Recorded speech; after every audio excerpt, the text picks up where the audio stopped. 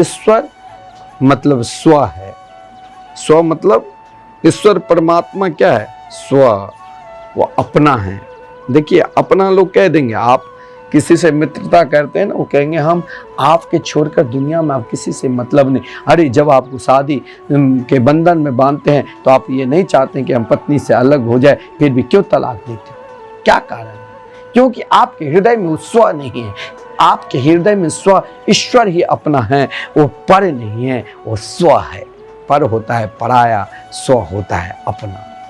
वो अपना स्व मतलब सब छूट पर हो जाएंगे, लेकिन स्व ईश्वर तो अपना ही रहेगा। अपना बनाकर रखो, उन्हीं के हर पल हर क्षण स्व बनाकर कि है मुझे पर नहीं चाहिए, मुझे तो स्व चाहिए।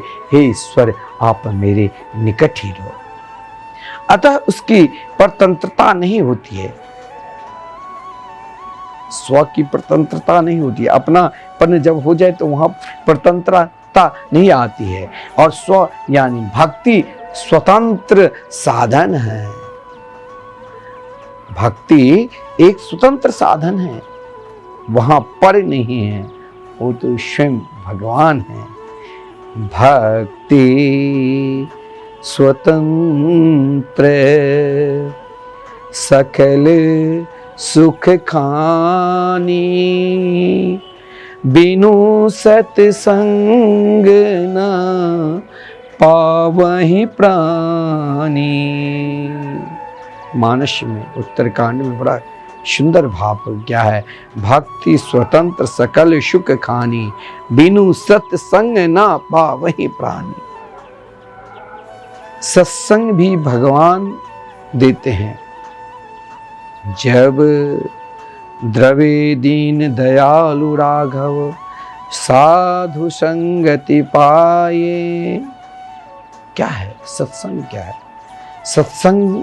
आप अगर निरंतर करोगे, आजकल लोगों को अशांति के लिए, अरे आप 1-2 घंटे मुस्कुराने के लिए बड़े बड़े शो में टिकट पहले से ही महाराज बुकिंग करते हो।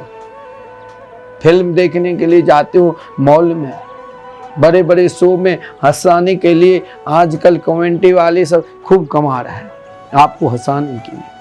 शो करते हैं, आपके पैसे से औरपति मौज मस्ती में रहते हैं। लेकिन आप कभी सत्संग करके अगर सत्संग श्रवण करते हो तो क्यों नहीं आप दान करते हो? क्यों नहीं आप भगवत भजन करते हो? क्योंकि आपके अंदर अभी तक उन सत्संग के प्रति रुचि हुई नहीं है।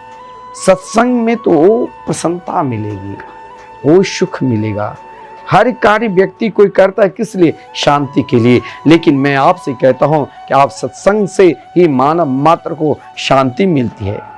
इसीलिए तो तभी तो इतने लोग इकट्ठे होते हैं। सत्संग बहुत गहरी बातें हमें सत्संग में मिलती है।